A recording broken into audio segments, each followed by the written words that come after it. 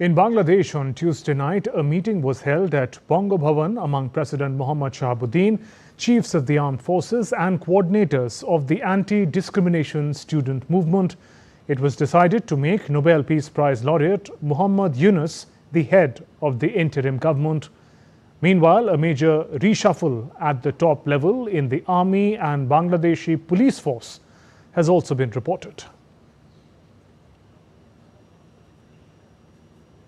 Bangladesh Army Chief on Wednesday said that a new interim government is to be sworn in on Thursday evening after Nobel laureate Muhammad Yunus returns to the country. Muhammad Yunus is headed to Dhaka from Paris, amid which the troops have been deployed across the country for enhanced security, and work on restoring police force is also underway.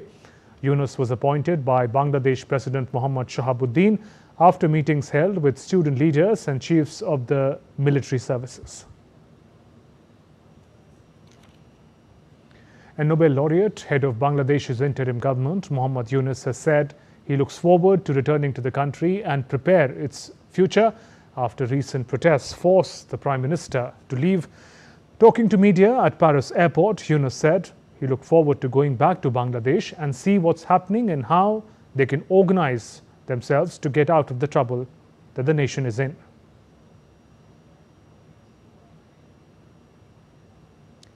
Non-essential staff and families from High Commission of India in Dhaka have returned to India on Wednesday via commercial flight. Indian diplomats and officials continue to work at the High Commission of India in Dhaka that remains functional. External Affairs Minister S. Jaishankar on Tuesday said India is looking forward for situation to stabilize. And DD India correspondent Amritpal Singh joins us live from New Delhi with more. Amrit, what are you learning about the situation of unrest in Bangladesh as of now? Well, the situation in Dhaka, Shibedu, is slowly improving, though there are crowds still out on the streets, but not in the numbers that we saw on August 5th when the so-called coup happened and when Sheikh Hasina had to flee. And then we know what happened in the aftermath, the vandalizing and ransacking of the Prime Minister's official residence, etc. That kind of a situation has calmed down, but things are still very, very tense. People are out on the streets.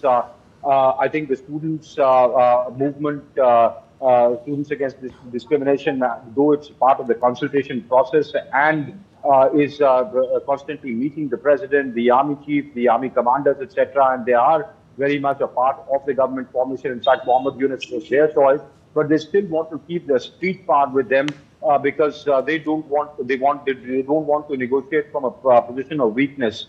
So their cadres are still out on the streets.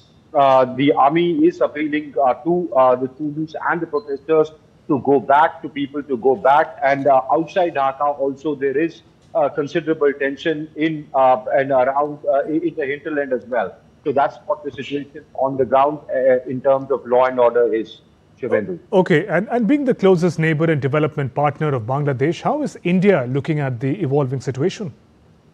Well, India is deeply concerned about the evolving situation there. It remains in continuous touch with the authorities, with the Bangladeshi authorities, essentially the military authorities as of now, because they are the people who control power for the moment, to see that safety and security, one of the minorities of Bangladesh, is intact. Second, the Indians who are working there are students, and the other Indians who are staying and working there, though the bulk of the students have come back. And thirdly, our diplomatic missions. There is the High Commission of India in Dhaka, and there are 4 assistant High Commissions. But the fully functional mission as of now is the Dhaka High Commission. So their safety and security is kept intact, and also India is abreast of the political process which is going on. Because remember, Sheikh Hasina is still in India. So the political process, because India being the closest neighbor, which shares about a 4,000-kilometer land border with Bangladesh, 4 of our states have a land border with them. Actually, for Assam, Mizoram, Meghalaya, Tripura, and Assam, 5 of our states, Chavendu, northeastern states. So Bangladesh is very, very critical to us from that point of view. So India is closely watching the situation and is constantly reviewing the situation and is in constant touch with the Bangladeshi authorities. Amritpal, thank you for joining us with those updates.